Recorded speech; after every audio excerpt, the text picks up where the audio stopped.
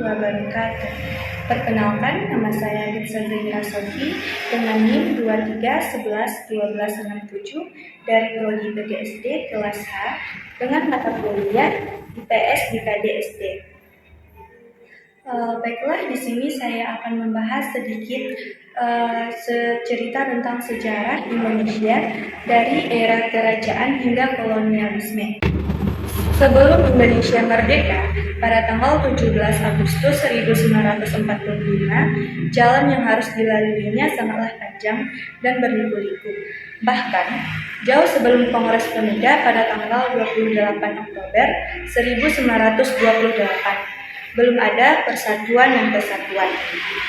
Sebab, daerah-daerah di Indonesia memiliki berbagai kerajaan yang lebih mementingkan dirinya sendiri.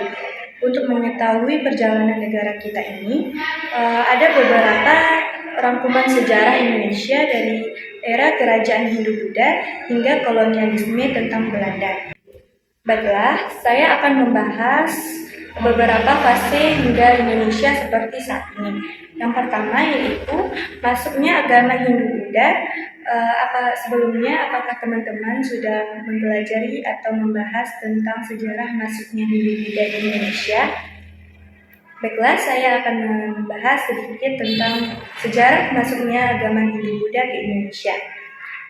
Agama Hindu dan Buddha diperkirakan datang ke daratan Indonesia pada abad pertama Masehi dalam misi perdagangan, budaya, dan menyebarkan agama.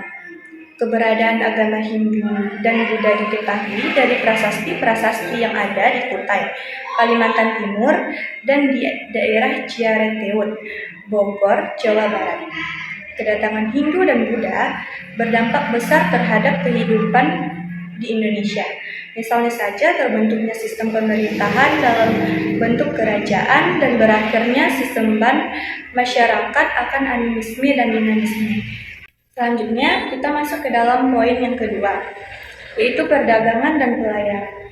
Hingga pada tahun abad ke-15, Indonesia menjadi tempat perdagangan antar pulau. Dengan perdagangan dan pelayaran menjadikan kerajaan-kerajaan yang terletak di pulau-pulau terpencil secara ekonomis. Budaya dan politik bergabung dalam satuan yang lebih besar. Selanjutnya kita masuk ke dalam poin yang ketiga, yaitu kedatangan Islam. Agama Islam pertama kali datang ke Aceh dalam misi perdagangan pada abad ke-7 melalui Selat Malaka. Kemudian pada abad ke-12 terbentuklah kerajaan dan kesultanan Islam di Indonesia. Hal ini dipengaruhi oleh perbedaan antara agama Hindu yang memiliki kasta, sedangkan agama Islam tidak memilikinya. Sehingga perkembangan agama Islam sangat cepat. Selanjutnya kita masuk ke dalam poin yang keempat ini, yaitu tentang kolonialisme negara-negara di Eropa. Menurut Alfonso de Albuquerque, adalah seorang penjelajah yang berasal dari Portugal yang mengenalkan rempah-rempah Nusantara ke orang-orang Eropa. Kedatangannya merupakan pencarian rempah-rempah akibat di kawasan Laut Tengah terdapat persaingan.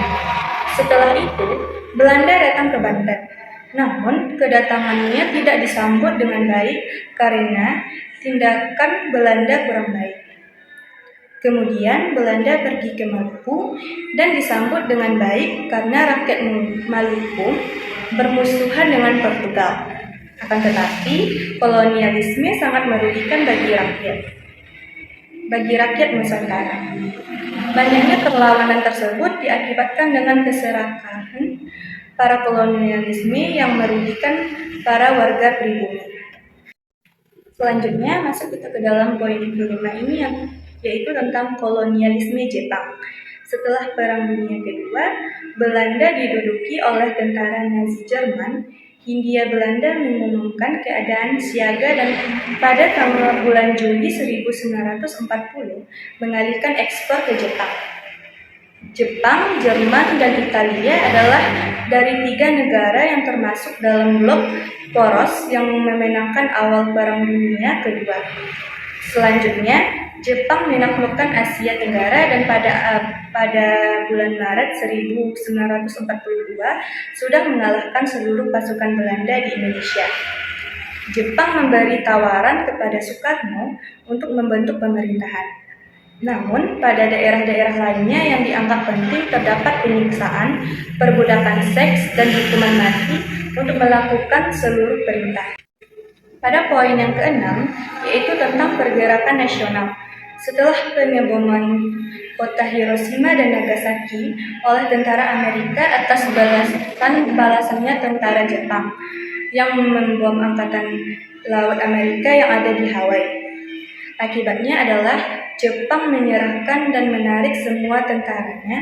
Kabar tersebut didengar golongan muda yang kemudian disampaikan kepada golongan tua untuk menyegerakan kemerdekaan di Indonesia.